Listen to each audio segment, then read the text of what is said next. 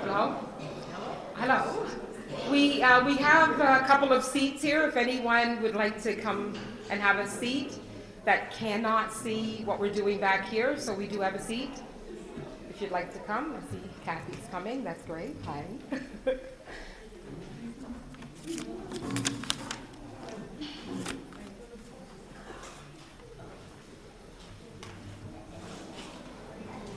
We still have 3 seats for the taking. If anyone would like to have a seat, that's okay. If not, that's fine too. No worries. Okay, so good afternoon. Good afternoon, everyone. Good afternoon. I can't hear you. Good afternoon. There you go. I mean, this is a magical day, a historic day. So I want to hear that energy from the room. I'm going to do it one more time. Good afternoon. Good afternoon. There you go. Now I'm happy. The ancestors can hear you. So that's what is important. So my name is Andrea Davis, and I am the Executive Director of the Black Loyalist Heritage Center. I'm also an 8th generation descendant of the Black Loyalists. I didn't know that while I was living here and going to school here. I actually learned that when I became the Executive Director. Back in 2023, someone from the New York Times showed up and they did a write-up, but they also took all of my documents, my paperwork, and they returned it back to me with a phone call to say, do you know who you are? And I said, Andrea. And I no, do you know what you are? And I said, a human. Like, I just kept, kept it going, right? And she says, I found out from the records that you're 8 generations. Now, I don't know, or I didn't know at the time what that meant. So I had to ask, of course, right? And I found out that a generation is about 25 to 30 years. And so when I did the math, it took me back to 1783, to generation 1. Jupiter Farmer is where I found that information. I know we talked about this to a few people. And then to make the story more intriguing, I found out that his partner was Venus Farmer. And so when I got the Jupiter and the Venus, I was like, this is exactly right. And I'm not going to argue with anyone now because that's my story and I'm sticking to that one. But just the joy of knowing that information so much later in life when we get new information, what do you do with it? You could discard it or you could take it for what it's worth. And so I took that information and I've held on to it ever since. And so I want to welcome you all here. I'm not going to talk for very long until it's my turn to really talk later on. But I do thank everyone for coming here today to take part in this historic moment. And this is one of many historical moments that the Black Loyalist Heritage Center has been part of for the past while. I take no credit for the work that was done before me. And there were amazing people that were in this position before me, and I commend them, including the founders, which were part of the Black Loyalist Heritage Society. And so I am so glad that that path was already made for me to continue the work that is here. And so what I'm going to do now is just jump right into it, because you guys are going to get hungry soon. We have lots of food for about 80 people, so just fill up as much as you want. Take whatever you need, right? So now I'm going to introduce to you Paul Blades. He is our Vice President of the Black Loyalist Heritage Society, and he's going to deliver the land acknowledgement. So please welcome Paul Blades.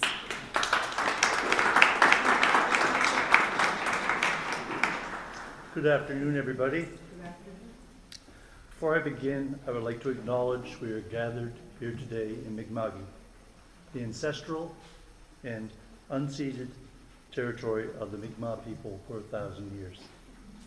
Also, we want to recognize people of African descent for their history, presence, contributions, to Mi'kma'ki for over 400 years.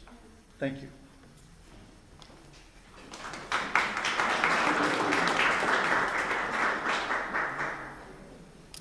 Thank you, Paul. We appreciate that. Next, I'm going to move on to a prayer. And a prayer and religion was very important to the Black Loyalists. It became part of who they were, and today it still sits in our community for prayer and privilege and opportunity and blessing. So I have the wonderful Sheila Hartley-Scott, who is going to deliver the prayer. She is also our president of the Black Loyalist Heritage Society. So please welcome Sheila.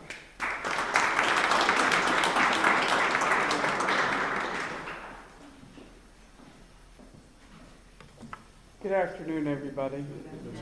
I am so honored to be here today, not only as the president of the society, but as a member of the community, a 8th generation Black Loyalist, and having my parents be 2 of the founding members of this society. Today, we're here to honor the Black seafarers. And when I first heard of this, Black people weren't who I associated with the water. Just wasn't. Much like if you mention a nurse, you don't think as a man of a man being a nurse, your automatic thought goes to a female being a nurse. Anyways, for the prayer, if everybody that can stand, please stand.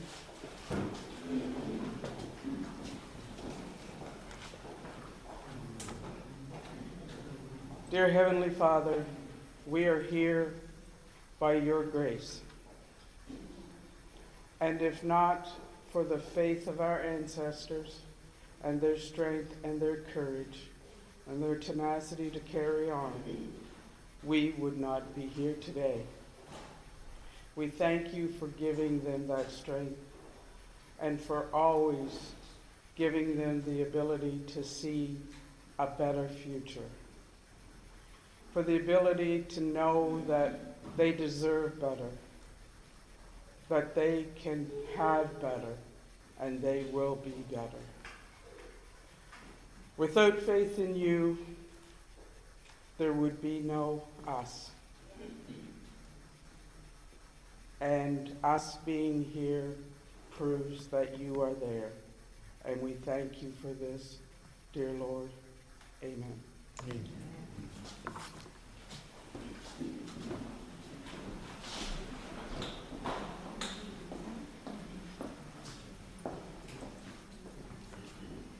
Thank you so much, Sheila. I had to give her a wonderful introduction because I'm looking for a raise. And so I figured if I say the right words, that maybe that might happen. Thank you, Sheila, so much for those words. So now we're going to go right into a song. And Connie Cromwell is going to sing for us, "O Canada." And then she's going to sing for us a little later as well, the Black National Anthem. So right now I'd like to welcome you, the beautiful, talented Connie Cromwell.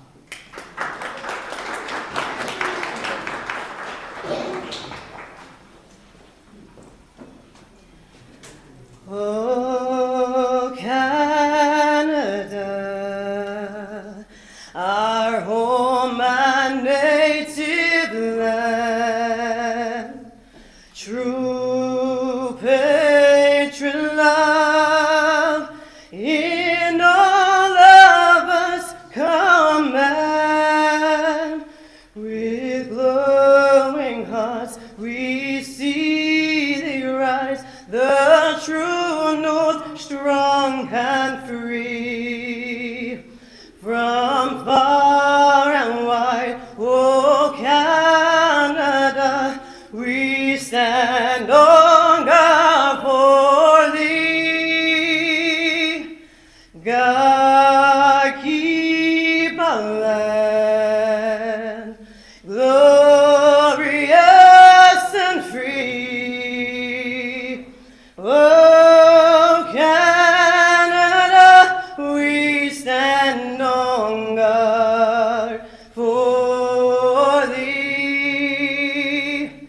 Oh, Canada, we stand on guard for thee. Thank you.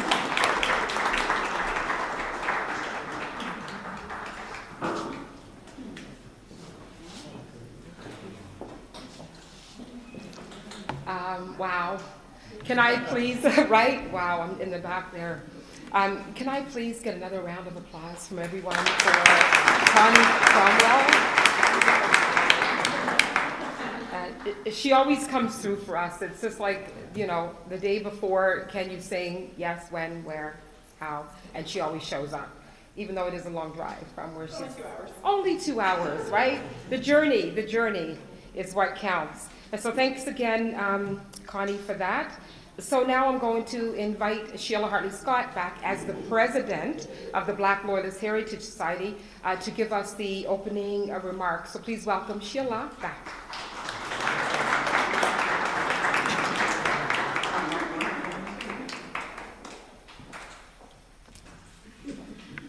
And you thought you were done with me.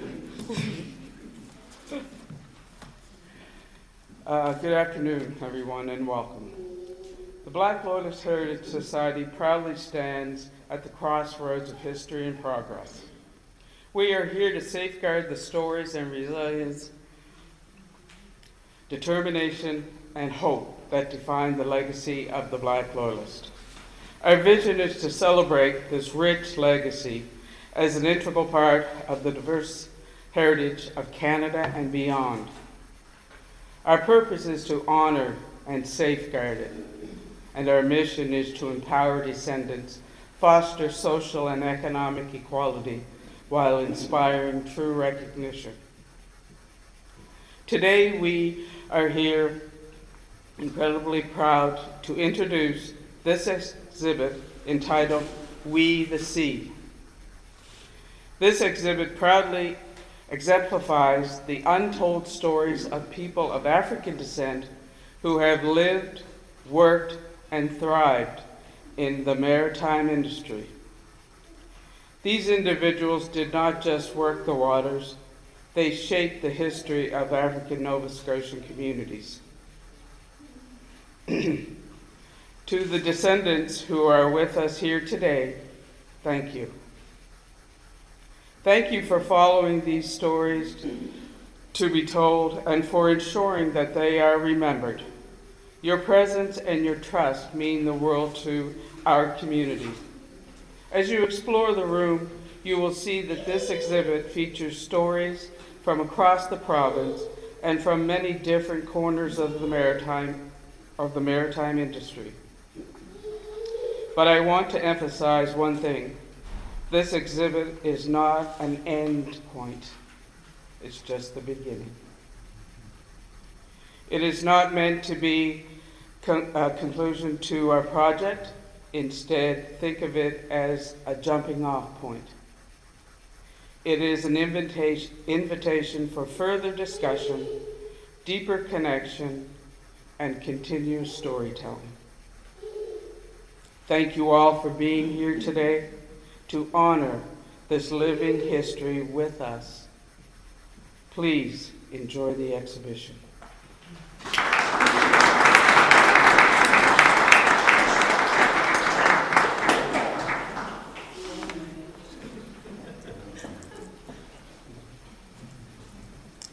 Thank you, Sheila. It was pointed out that I didn't say wonderful, Sheila, the second time, so I will make up for that now. Thank you, wonderful Sheila, for providing us with the opening remarks. So now we're going to have another song by Connie Cromwell, the beautiful and talented Connie Cromwell, the Black National Anthem. So please welcome Connie back. Thank you. And stand up. Thank you.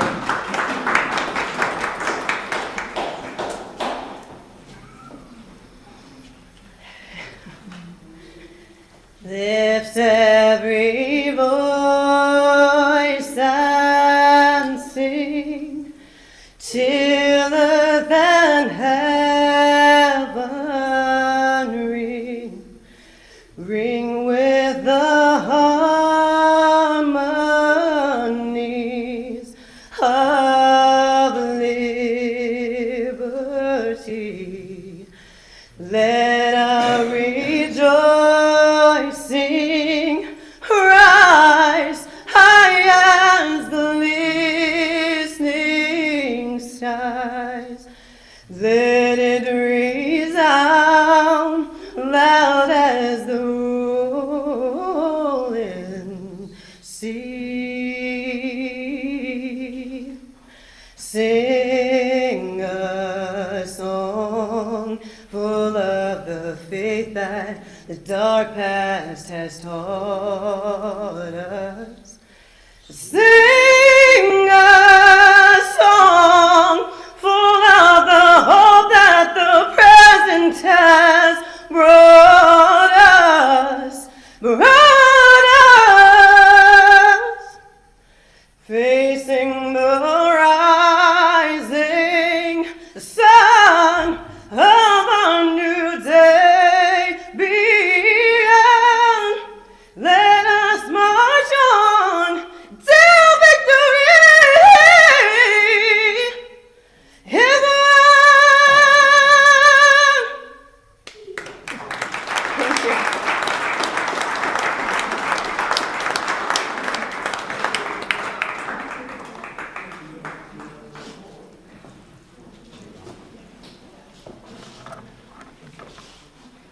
Every time Connie performs, my heart flutters, I get the chills, I feel it. And I told her that I want to take singing lessons, so I might be up here doing the national anthem one time, but I'm sure there'd be nobody that would show up, and I wouldn't blame you. Not one of my talents. You can lip sync. I can lip sync. That I can do, absolutely. So thank you again, Connie. Just one more round of applause for Connie, just because.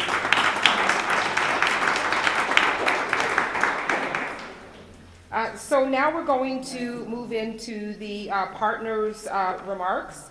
And this is a partnership with the Black Loyalists, along with the Fisheries Museum of the Atlantic in Lunenburg and the Black Cultural Center in Cherrybrook.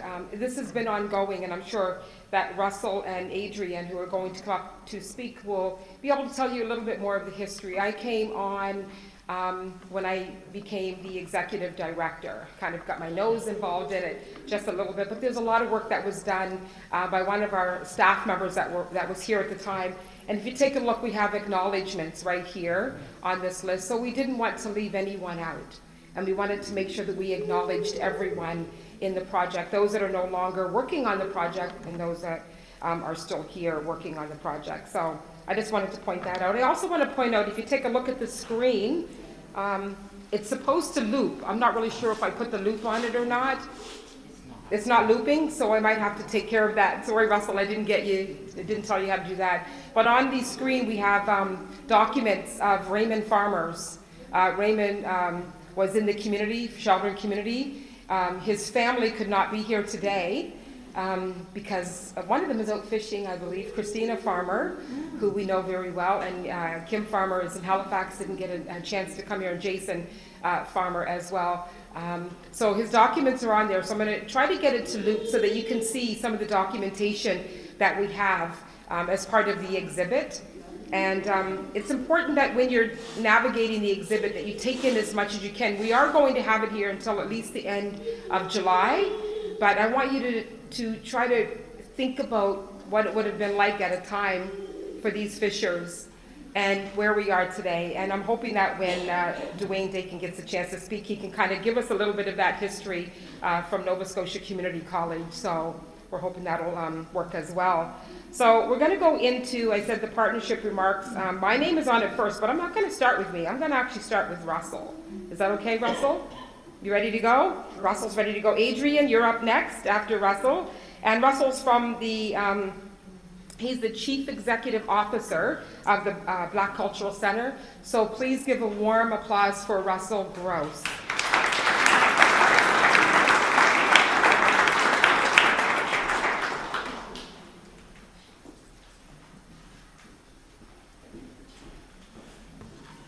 Well, good morning, everyone. Good morning. Well, it's afternoon now, yeah. It's been a long day already. But it's a beautiful day to be here as we celebrate an important part of history. It's a real pleasure to be here in Birchtown, the birthplace of Black culture and heritage in our province. It holds tremendous significance to our history here in this province, in this place. I want to also acknowledge that we are gathered here in Mi'kma'ki, the ancestral and unceded territory of the Mi'kmaq people. We are grateful for their stewardship of the lands and waters for which this opportunity gives us to gather here today. I also want to acknowledge the African Nova Scotia community, descendants of the Black Loyalists, Jamaican Maroons, Black refugees, War of 1812 refugees, and later Caribbean migrants, whose resilience and determination and contributions helped build Nova Scotia into the province that it is.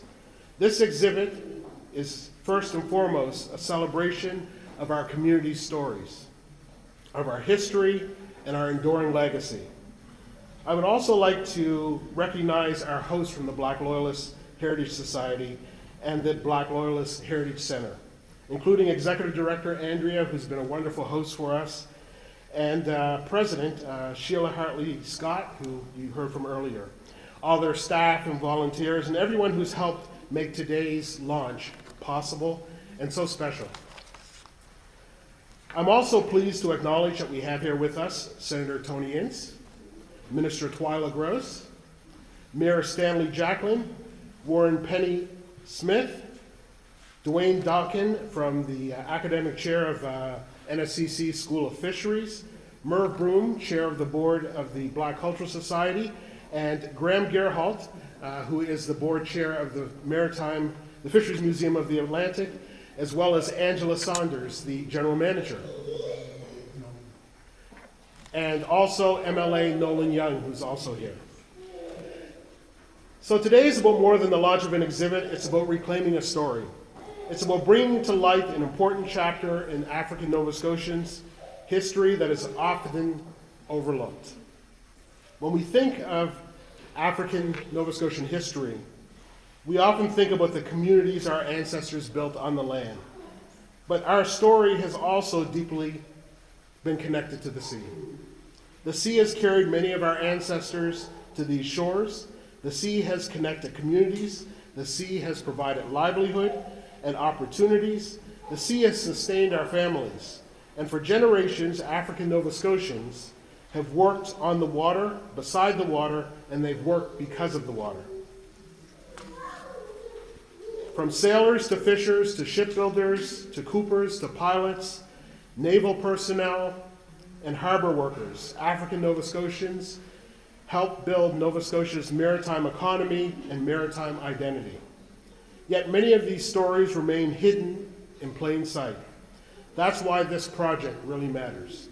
It was in 2022 that the Fisheries Museum of the Atlantic and the Black Loyalist Heritage Center, along with the Black Cultural Center, came together around a shared vision to elevate, to preserve, and to tell the stories of African Nova Scotians and their connections to the sea. What began as a conversation became a collaboration. It started off with a small stub, and it was like pulling the string on a yarn. As we continued to work on the project, it grew. The information that we were gathering from communities continued to grow. What became a collaboration has now become an exhibit that will travel across our province and into other parts of Canada to help tell the richer story of who we are and our contributions to the sea. The stories visitors will encounter will remind us that African Nova Scotians' history is not separate from Nova Scotia's history. It is Nova Scotia's history. The story of people like Matthew DaCosta, who we know of, whose presence in these waters date back more than 400 years, or the story of courage from able seaman William Hall, who earned the Victoria Cross. It is the story of countless men and women whose names we may never know, who appear not in the history books, but in our community hearts and our community memory. We honor their labor, their sacrifice, their skill and determination that help sustain families and communities across multiple generations. This project is also a testament of the power of partnerships. I want to express my sincere appreciation to our partners of the Black Loyalist Heritage Center and the Fisheries Museum of the Atlantic. In particular, I want to recognize Adrian Morrison. Adrian has been an exceptional partner throughout this journey. His commitment to this work, his openness to learning, and his respect for the stories and experiences of African Nova Scotians helped create an environment where authentic collaboration could develop, grow, and flourish. Projects like this require more than expertise. They require trust, they require allyship, and they require care. Adrian and the team at the Fisheries Museum demonstrated all three. And I want to thank them for taking the time to walk alongside the African Nova Scotia community throughout this process. I also want to acknowledge two individuals who helped build a strong foundation for this project that are no longer in those roles. And that would be Braden Chedwin and Sally Falk, who were important parts of this project when we first started and we first envisioned it. And they've since moved on to other roles. We thank them for their work that helped give us a strong foundation. Many talented people contributed to bringing this exhibit to life. Thank you to the historians and writers, John Johnson, who's here, and David States, whose research and storytelling help uncover and document those important histories that you're going to see come to life as you view the exhibit. Thank you to Paul Adams Jr., who was the graphic designer for the project, whose creativity and design expertise transformed our research into a remarkable way of telling stories. Thank you to Andrea Davies, Riel Williams, Brandy Whifford, and Rakeem Simmons, whose dedications, insight, and hard work put this exhibit together over the last couple of days, despite the weather being the way that it was with the rain and cold temperatures and everything else. I want to also acknowledge the support of the Government of Nova Scotia through the Support for Culture Cultural Innovation Fund. We are grateful for their investment in this work and for recognizing the importance of preserving and sharing African Nova Scotia history. And I also want to thank the countless partners, community members, elders, contributors, and supporters who helped us along the way, that always gave us the time to share their family stories. And it was quite remarkable that how it developed and evolved. Even with us at the Black Cultural Center, there's an employee, Brandy, who's at the Cultural Center, that her own family history is included in this exhibition. And it came to us by chance. And so it's remarkable to see the evolution of African Nova Scotia history. It's something that continues to grow. Standing here today in Birchtown is especially meaningful. Birchtown was once the largest free black settlement in North America. It stands as a symbol of resilience of African Nova Scotians, of hope, determination. It reminds us that our ancestors crossed oceans seeking freedom and opportunity. Despite extraordinary challenges, they built communities, created institutions, laid foundations, and continue to support our legacy today. This exhibit honors that legacy. At the Black Cultural Center, we often say that preserving history is not simply about remembering the past, it's about shaping the future. When people walk through this exhibit, I hope they see the contributions of African Nova Scotians reflected in the stories. I hope they see the strength, I hope they see the perseverance, and I hope they leave with a deeper understanding of African Nova Scotians and their role in this province. The title of the exhibit, We in the Sea, is a powerful one because it reminds us that this relationship did not end generations ago.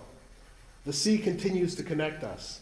These stories continue to shape us. And through projects like this, we will continue to ensure future generations understand those contributions. Thank you to everyone who helped make this project possible, and thank you for being here today, and thank you for helping ensure that these stories are seen, heard, understood, and shared. Enjoy the exhibit.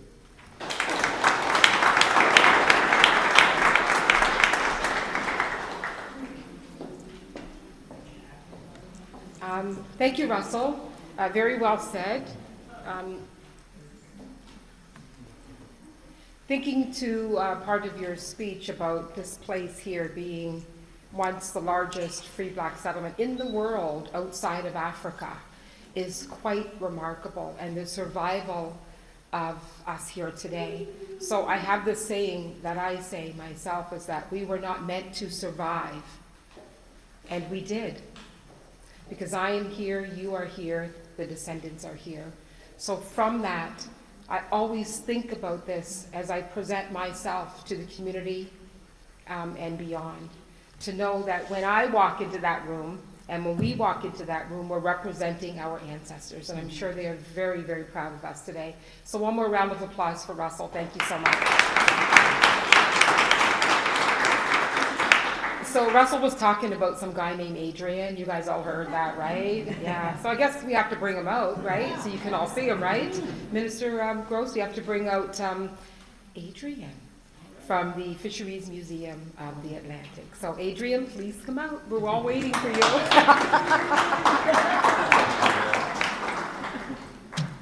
Hello, everyone. Good afternoon. Yeah, thanks so much for being here. It's really wonderful to see you all here for the launch of this exhibition. I want to just start by thanking Russell and Andrea for the introduction and the kind words. It really means a lot. And also, I want to express my gratitude to our partners, our other partners as well at the Black Loyalist Heritage Centre and the Black Cultural Centre for Nova Scotia. It was their leadership, knowledge, and collaboration that made this exhibit possible. I also want to thank the community members, researchers, knowledge keepers, organizations, and other contributors who shared stories, photographs, artifacts, and guidance throughout this process. As Andrea mentioned, my name is Adrian, and I'm the Curator of Collections at the Fisheries Museum of the Atlantic. I'm also the Curator of the Nova Scotia Museum's Provincial Fisheries Collection. So much of my work involves telling stories about Nova Scotians' relationships with the sea. And I can honestly say that this has been one of the most meaningful and important projects that I've ever had the privilege of working on. Also, I want to express how much I appreciate being entrusted with helping tell these stories. This isn't something that I take lightly, and it's been both a real honor and a responsibility for me that I've taken seriously. The exhibit brings together a rich selection of stories connected to African Nova Scotians and their experiences with the sea over a period of more than 400 years. Within it, visitors will encounter stories connected to the fishermen and marine workers of Birchtown who turned to the sea for survival and opportunity. The stories of people like Boston King and John Farmer remind us that African Nova Scotian maritime experiences are inseparable from the broader history of this province. Alongside them are countless fishers, sailors, vessel cooks, mates, riggers, caulkers, and others whose labor was fundamental to Nova Scotia's maritime industries and to its maritime identity. The exhibition also highlights naval heroes like able seaman William Hall and Ben Jackson, alongside naval leaders like Thelma Coward-Ince and Raymond Lawrence. These people's achievements speak to courage, skill, leadership, and service. But also important are the stories of everyday labor, and the often unseen work that sustained coastal communities. For example, the women and girls who worked in fish plants, like the Myers Clam Processing Facility in Digby, or the dockyard employees from Africville who worked on the Halifax waterfront. Similarly, the Coopers from Hammond's Plains who produced barrels for the fish trade, as well as Donna Guy from Shelburne, who continued this tradition into the modern fishery by producing commercial trawl tubs. Beyond individual occupations, the exhibit reflects the broader lives of people who built their communities around the sea. The men, women, and children who structured their days around tides, seasons, departures, and returns. These, like other Nova Scotian coastal communities, were places where the sea brought both opportunity and risk. What became increasingly clear throughout this project is that African Nova Scotian marine history is not separate from Nova Scotia's broader maritime history. It's central to it. Yet despite that reality, these histories have rarely been brought together in a comprehensive way. The exhibit we are presenting today is only part of that story. It is an introduction point. It contains fascinating and significant stories, but in many ways, it's just the beginning. During the research process, it seemed like every conversation, archival record, or photograph led to another story waiting to be explored and told. I like to think that if you were to approach this project as a book, then what we've created is really the introduction, the opening chapter that sets the stage for much more to come. We hope it lays the groundwork for future research, future collaborations, and future exhibitions, because there are still countless stories just waiting to be told. Before I finish, I want to thank the Department of Communities, Culture and Tourism and the Province of Nova Scotia for their support of this project through the Cultural Innovation Fund. Personally, I also want to express my thanks to the Lunenburg Marine Museum Society for their support and for their recognition of the importance of this project. Most importantly, thank you again to our partners at Black Cultural Centre for Nova Scotia and the Black Loyalist Heritage Society, and to everyone else who helped out with this project in any way, big or small. As has been mentioned, there's an acknowledgement section, or a little poster here that I would really encourage everybody to have a look at, because this project couldn't be done without the help of a lot of people. And again, thank you all so much for being here. I do hope you enjoy the exhibit.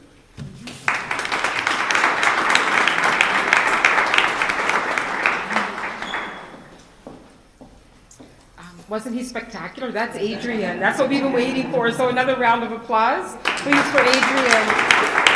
Thank you. I learned so much myself just going to the Fisheries Museum of the Atlantic. If you haven't been there, you must go, as well as the Black Cultural Centre as well. Take that journey. Get in the car, take the family, go yourself, whatever it is. Just make sure you make a point of attending those locations. So I'm just going to say a few words, and then we're going to have Penny Brown and her family do a little drumming for us before we move on to our guest speakers. Okay, so we in the sea, I've got to put the glasses on, as you guys all know. So good afternoon, everyone. On behalf of the Black Loyalist Heritage Centre, the Fisheries Museum of the Atlantic, and the Black Cultural Centre, I want to welcome you all. Thank you so much for being here with us today to celebrate the launch of the African Nova Scotian Seafaring project titled We and the Sea. For over 400 years, people of African descent have lived, worked, and thrived right here in Nova Scotia due to the fishing industry. Our roots are deep, and they are tied to the ocean. From fishers and processors to shippers and sailors, shipbuilders, navigators, you've heard all of this. I'm repeating it because it's worthy. African Nova Scotians have been involved in virtually every single aspect of the marine industry. Many of our historic communities were intentionally built around the water.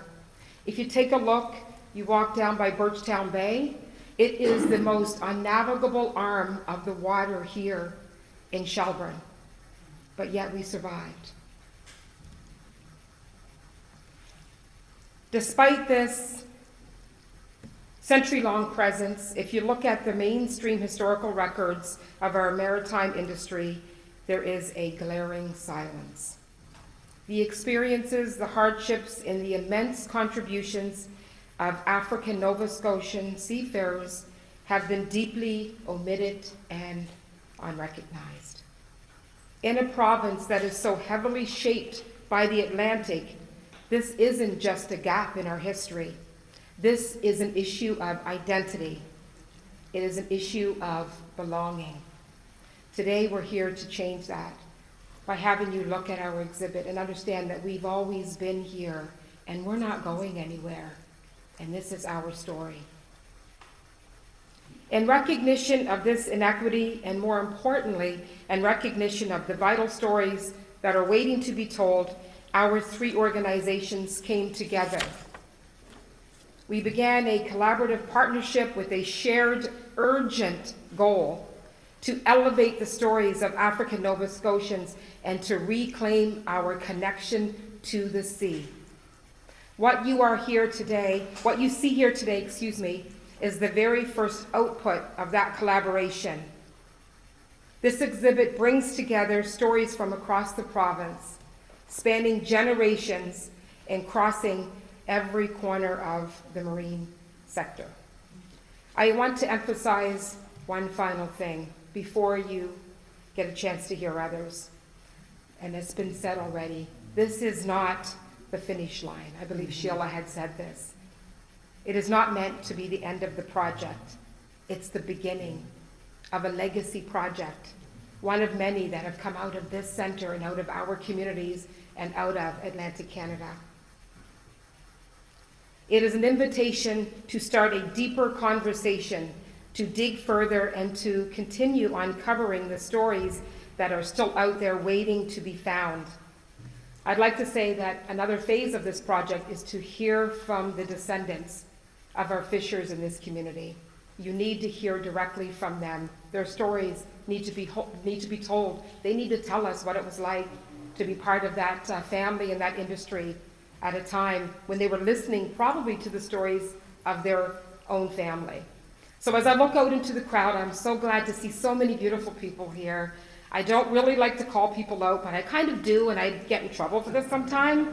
But I want to call out, first of all, Minister Gross, that is here with us today, that made the journey all the way from Halifax, as well as Tony Ince, who is here, Dwayne Dakin, who is here. We also have Nolan Young, who is here. So we have our representation. Penny was here, Penny Smith, the warden for the municipality was here, but she had to leave, so she has a representative. And just off to my right here is, of course, Mayor Jacqueline, the first Black mayor in Shelburne. Round of applause just for that. It's another historical moment. He doesn't control the purse strings here, but I should say thank you so much, Sheila, again, for the wonderful moment that you had with us. I also see out there, I see Marjorie, and thank you, Marjorie. I know she's going to be like, don't talk and say my name, but Marjorie actually showed up, which was amazing. And I see Louise and Ted that is here as well, and I see Daryl as well, Daryl Acker, who has been in the in the community for a very long time. I'm sorry if I embarrassed you, but I just want to let you know how proud it is to have you here and to have you be part of this celebration. So thank you again for joining us, for supporting the journey, and for helping us to ensure these stories are finally brought to light. So thank you so much. And now I'd like to welcome Penny Brown and her children to do a drumming session with us. So please welcome Penny and her family. And her mother is here too. Yes, her mother. It's the whole family thing. So thank you so much. Can't forget about mother. Can't forget about mother. That's right. I find a spot. Way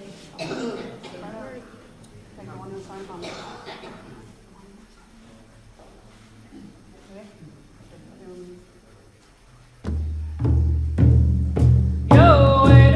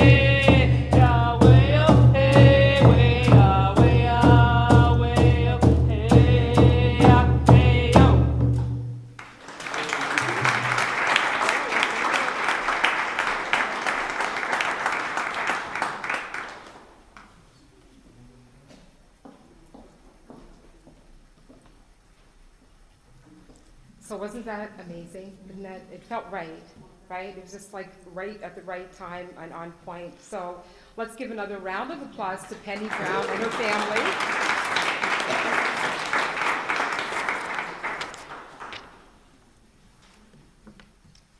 Okay, so as we move on here, we are going to have some guest speakers come up and speak to us and resonate with us the story and the history of why we are here.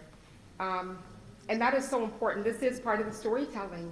This is part of history.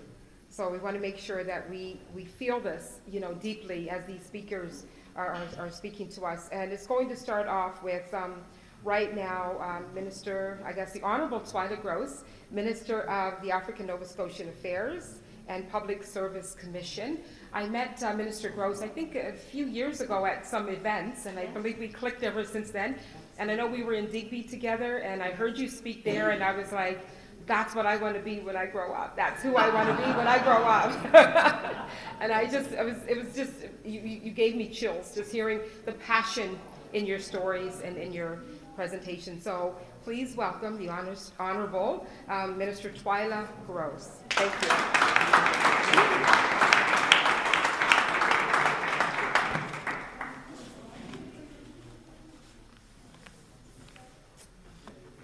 Senator Tony Ince, MLA Nolan Young, Mayor Stanley Jacklin, Warden Penny Smith, President of the Black Loyalist Heritage Society, Sheila Scott, the Executive Director of the Black Loyalist Heritage Society, Andrea Davis, Chief Executive Officer of the Black Cultural Center, Russell Gross, and other distinguished guests. And of course, everyone gathered here, good afternoon.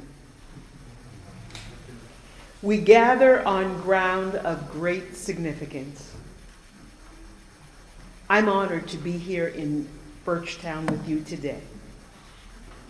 I can feel the deep meaning, the resilience and history that this place represents.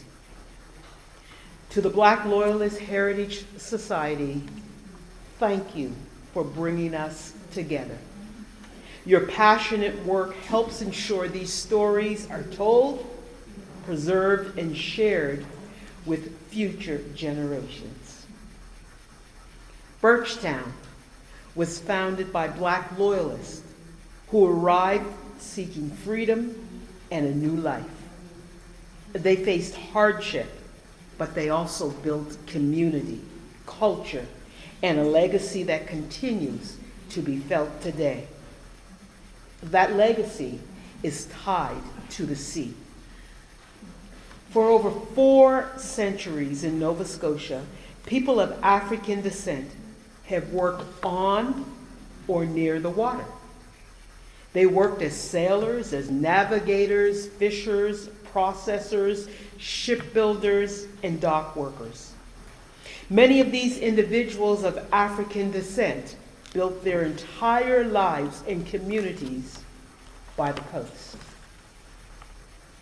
There were enslaved Africans working in Louisburg, Black loyalists who had no choice but to turn to the ocean to survive. Their knowledge, their skill, and labor helped shape our coastal economy and our province. Yet too often, these contributions have gone unrecognized. Systemic racism and inequities led to their stories being buried, and their contributions to this region being all but silenced. Today marks an important step forward to change that. This is the launch of the African Nova Scotian Seafaring Project and of its traveling exhibit and speaker series, We and the Sea. The Black Loyalist Heritage Center developed this project in partnership with the Fisheries Museum of the Atlantic and the Black Cultural Center for Nova Scotia. Together, they will bring these stories to communities right across this province. The goal is to document and share the experience of African Nova Scotian seafarers, highlighting their role in building communities and sustaining livelihoods in Nova Scotia. Most importantly, it will ensure these stories are remembered, honored, and cherished. Projects like this matter because history isn't complete unless it includes all voices. When we understand our past more fully, we build a stronger future, a future rooted in respect, truth, and belonging. It also matters for our young people. When young African Nova Scotians see themselves in this history, it affirms their place in our history or our story. It shows them that their contributions matter and have always mattered. I also want to express my deep gratitude on behalf of the province to the elders, the historians, community members, and groups who have carried these stories forward through generations. Your knowledge and lived experience make this work possible. And I want to acknowledge the partners and supporters who helped bring this project to life. This is a shared endeavor, and it reflects what we can achieve when we work together. As we launch this project today, let us commit to continuing these efforts. Let's uncover, preserve, and celebrate the complete history of Nova Scotia. Thank you for welcoming me here today. And thank you for your leadership in ensuring that the history of African Nova Scotian seafaring is seen, it's heard, and it's honored. Enjoy the afternoon. Bye.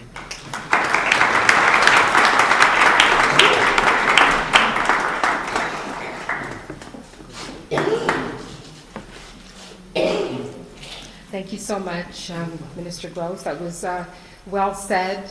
It resonated with me as I was standing over there, just thinking about how proud I am to be a member of this community, to be a member of the African Nova Scotian community, and to carry some of this information to our next generation.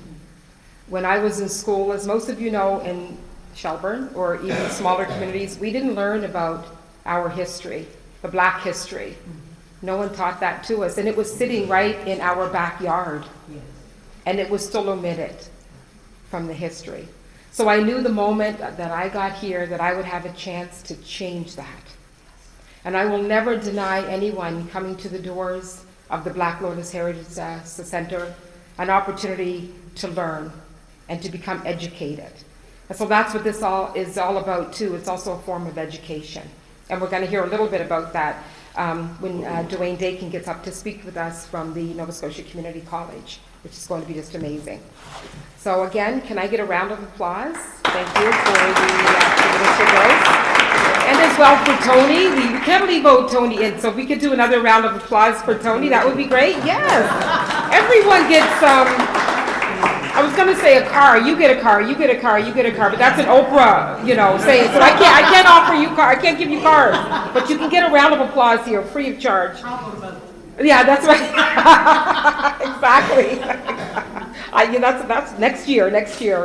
Okay. So now I'm going to have our community members, those that are close to us in this community, come up and speak to us for a moment. Of course, we're going to start with Mayor Stanley Jacqueline, who is, of course, an old buddy, old pal of mine, but I don't use it in a wrong way. My power with the mayor, everything is done above board, right, Mayor? So I want to make that clear, put that on record. But I would like to introduce to you Mayor Tanny, but Stanley Jacqueline. So thank you, Mayor. Please come up and have a small talk. You're very welcome. Good afternoon, ladies and gentlemen. Good afternoon. Minister, Mr. Nolan Young, President, CAO of Black Loyalist Heritage Center, and your staff, great people. The panels are fantastic.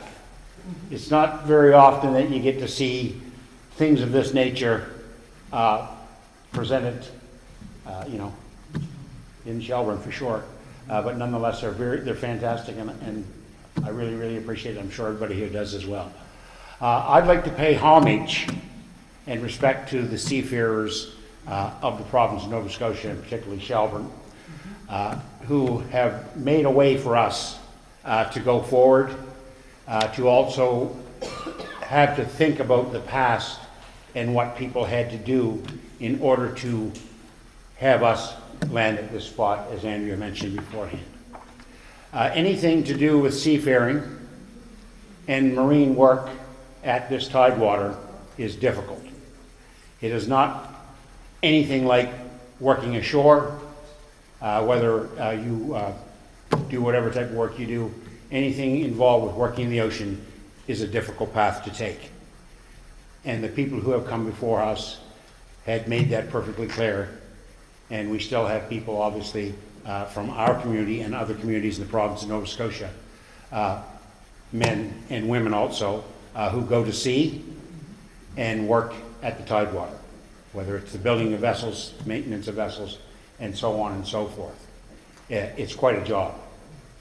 I myself went to sea for many years on a ship that carried a Pisces 3-person deep dive submersible from the high Arctic in the east to the Alaska Panhandle in the west, and all points between. It was much more comfortable, I believe, than it was 200 or 300 years ago, but nonetheless, blue water is blue water, and it is what it is. So that being said, of course, I'd like to definitely continue to say how beautiful this facility is. All of the people who have come and worked at this facility, supported this facility, and also had board members, of course, who guide it and help guide what carries on today in this building. And it's such a great thing to see all of the people who are here today and take time out of their busy schedules, of course, but to honor and look backward in order to be able to look forward. And I sincerely thank each and every one of you from the town of Shelburne and myself personally.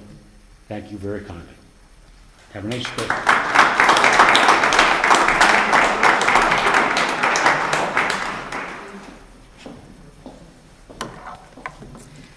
Okay, so I was going to write a speech for him today, but he told me not to. So felt it. He said it from his heart, which is where it should come from.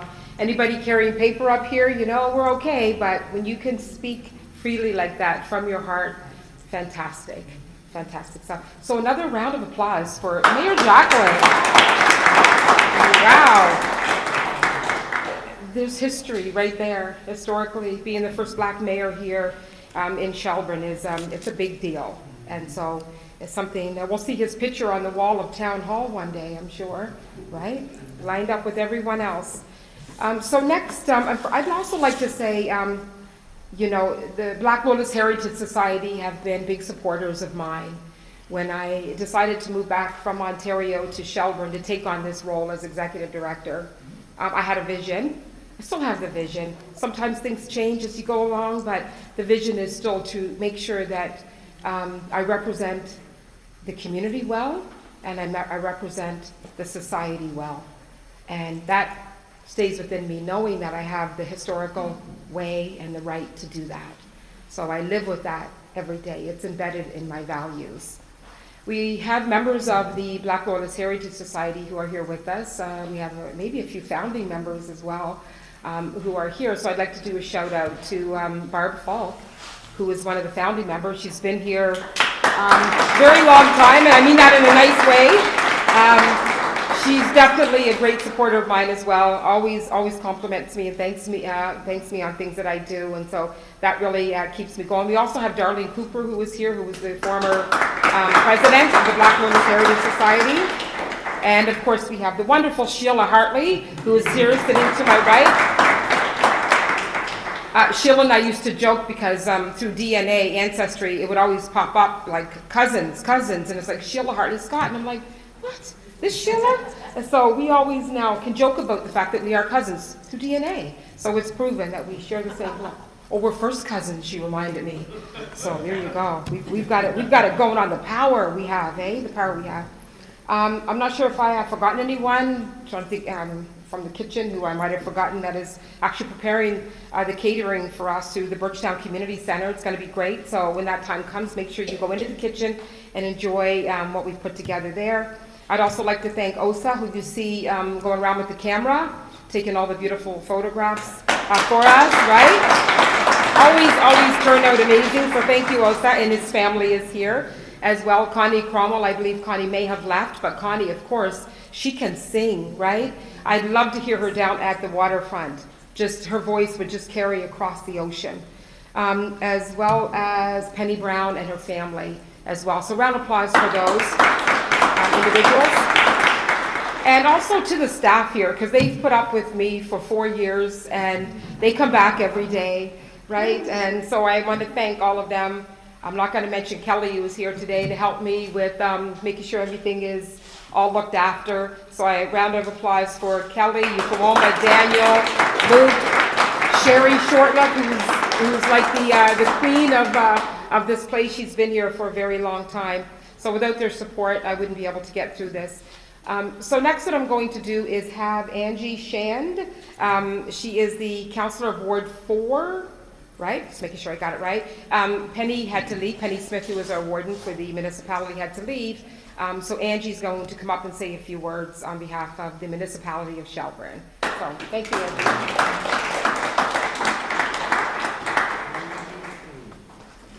I'd first like to start by apologizing for our warden, Penny Smith. She was here and she did prepare a speech to speak today.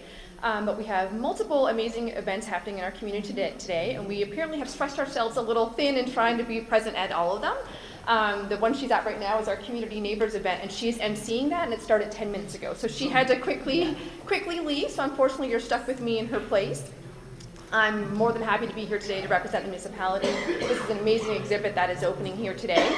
I'm going to do my best to share her words because she wrote this herself, so bear with me. I hope I get through it and I present as she would of herself. So I want to begin by acknowledging the deep history and enduring spirit of this place. Birchtown is not simply a location on a map, it is a sacred ground.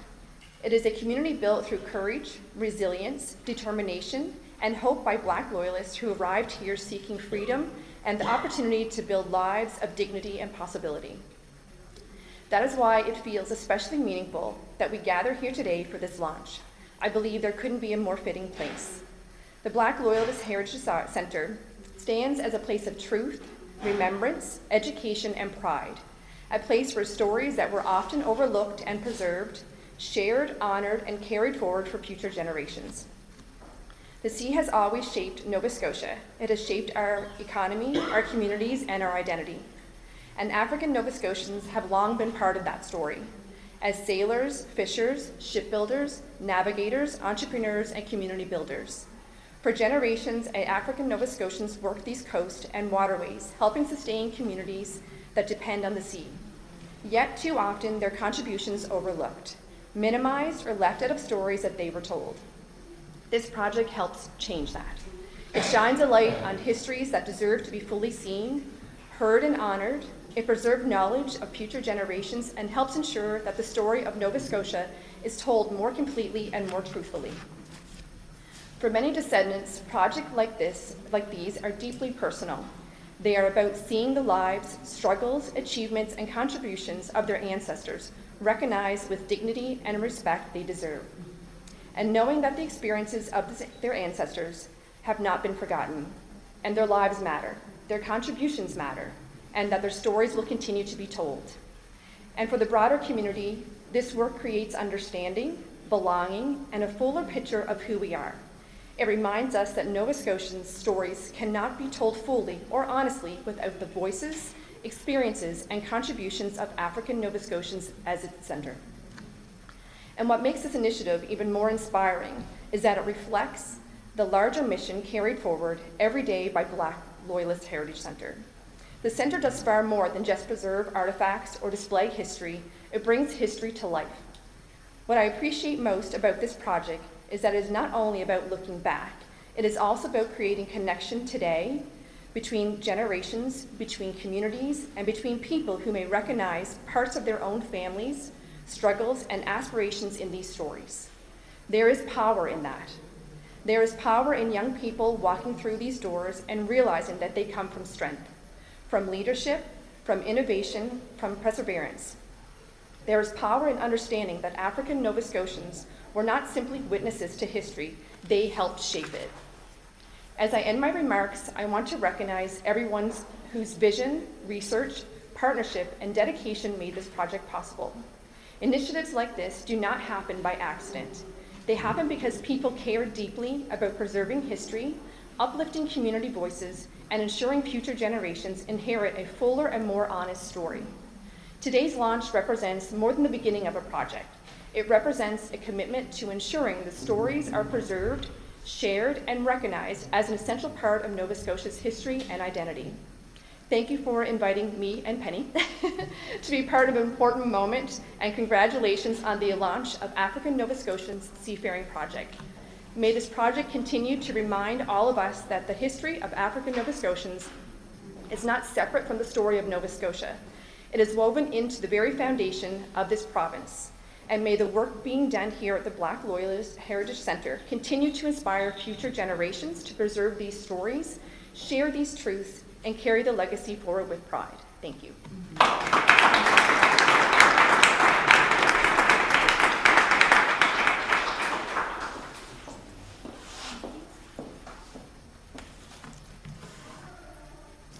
Thank you so much, Angie. I think what we're going to do is we'll tell Penny she's no longer needed, and we'll stick with her. She's not here, so I can say it. Yeah, thank you so very much, Angie. Another round of applause, please.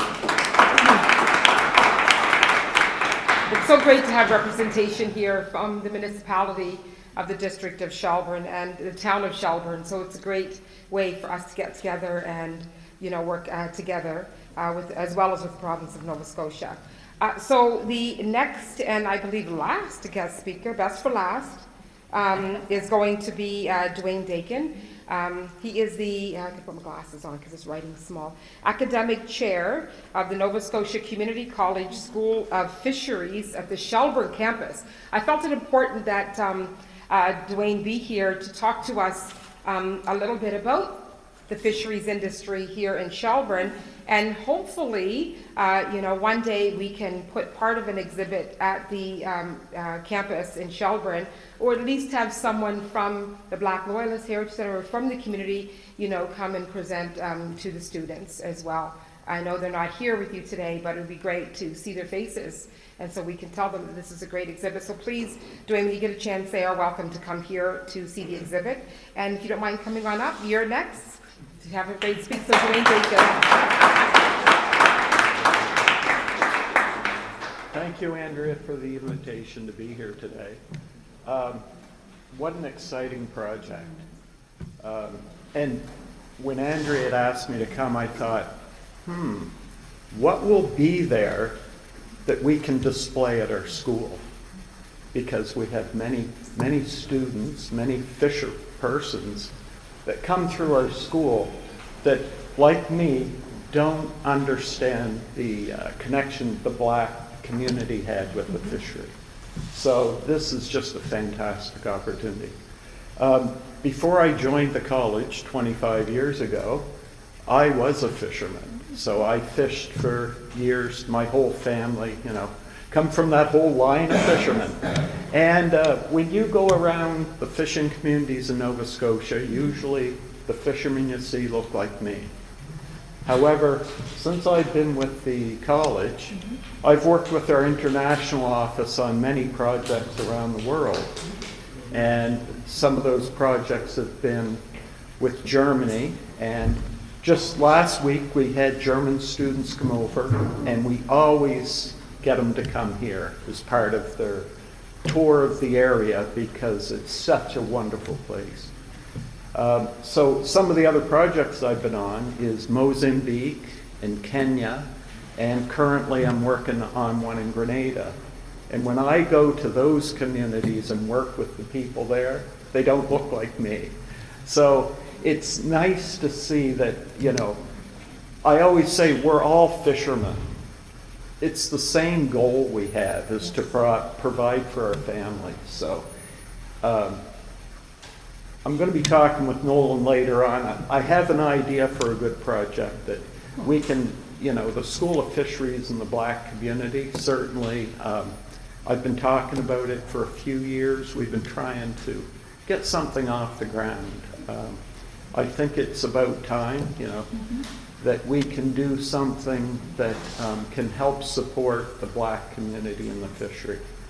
So it's always about money. So I have my friend here that I've known for quite a little while. So certainly, I think it's time that, the community and the school have those conversations so that we can support in any way that we can. And certainly I would enjoy, I'm getting close to retirement, so that's one of those goals that I'd like to see happen before I leave. So thank you very much for the opportunity, and have a nice day.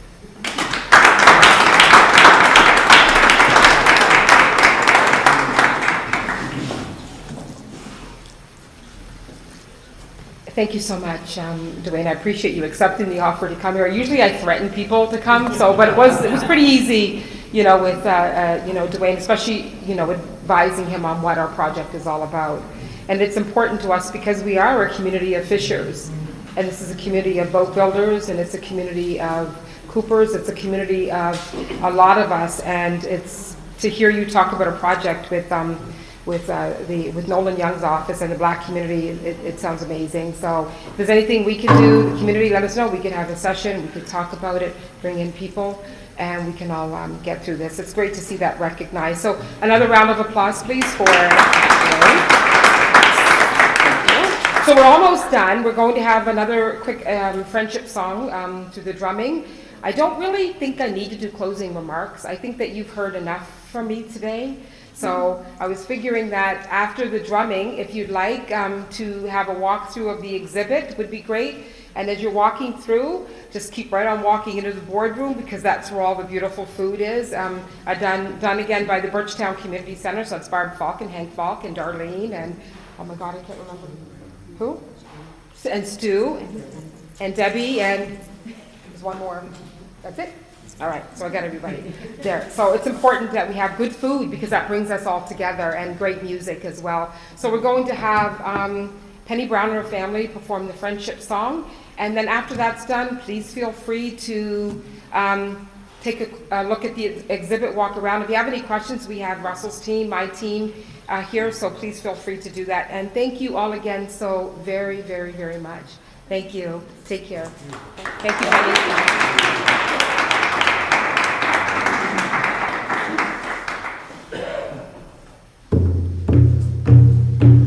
Way higher.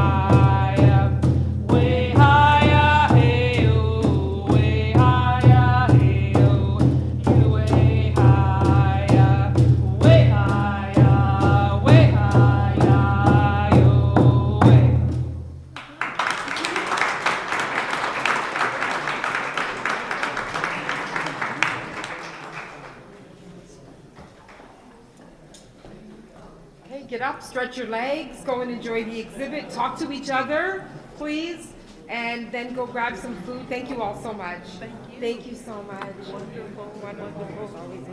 This is wonderful, thank you. He's like the genius behind the technology. Okay.